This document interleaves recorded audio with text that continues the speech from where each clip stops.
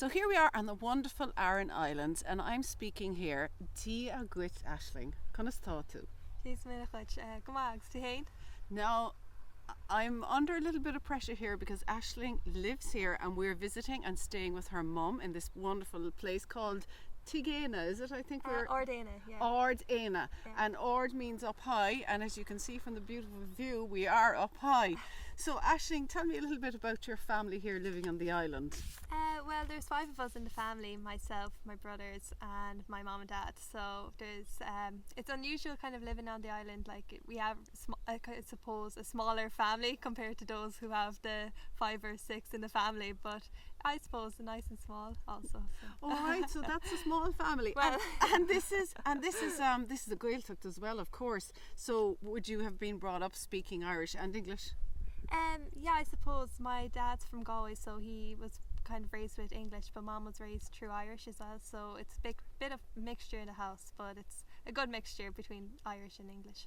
And in school here, there's a local school on the island. You attended that, obviously. Yeah, I did. So it's a Gael school, so it's all through Irish. The subjects and everything were taught through Irish. So and the Aran Islands is part of the Gaeltacht as well, isn't it? It is, yeah. And this is the biggest island of the Aran Islands, Inisheerin. Yeah. And this is a very populated island, actually, isn't it? It is, yeah. So. But still, it must have been a change. You're in Galway University now. When you headed off to the university, was it from here?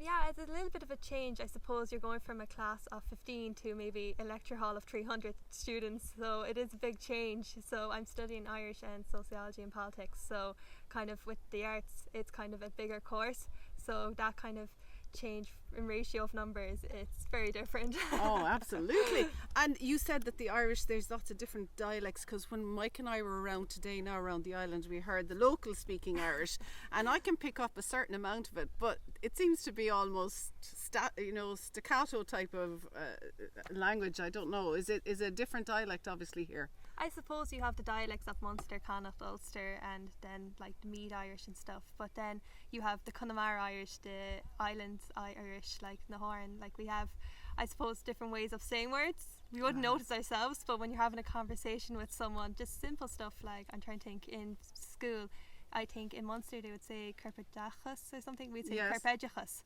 So like a just different pronunciation. So it's nothing too major. You'd understand once you get into the rhythm of it. But just a different word. Yeah. Now, Aisling, when we were here a few years ago, your mum was telling us that you were a great sports person, and I remember that, and I asked her how you were doing, and you've been doing brilliantly. Tell us a little bit about what you've been getting up to as a lady from the islands.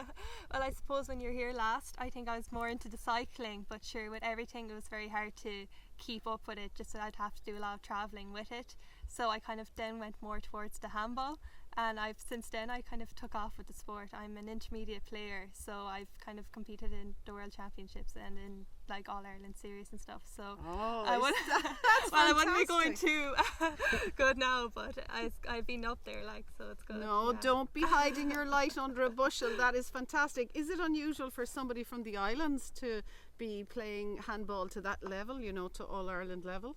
I suppose a little bit. Like, you are dedicated, like you have to kind of maintain like training, so you have to organise games, going to the mainland and having to maybe stay overnight. It's been a little bit of easier in college because I don't have to travel that far. The games are there, but when I'm living at home I kind of have to pre-organise to get training games, or even if I have a game I have to know if it's in the evening time I'll have to find accommodation or someone to stay with, or even I'm lucky that I have a base in Galway, but otherwise you kind of want to you really have to be organised, I think. You must be a very organised lady.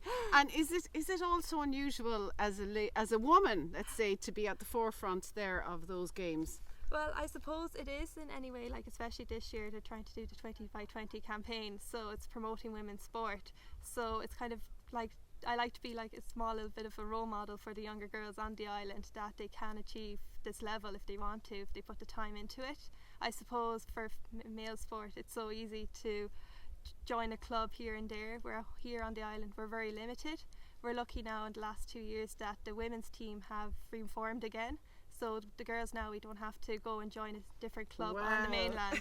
Go Colleen, go the So girls. we have our own team now, so it's great. Well, listen, Gurav Mila Mahagad Ashling, thanks for chatting to me. It's been lovely, and we're really enjoying our time here in Inishmore on the Aran Islands. Gormad.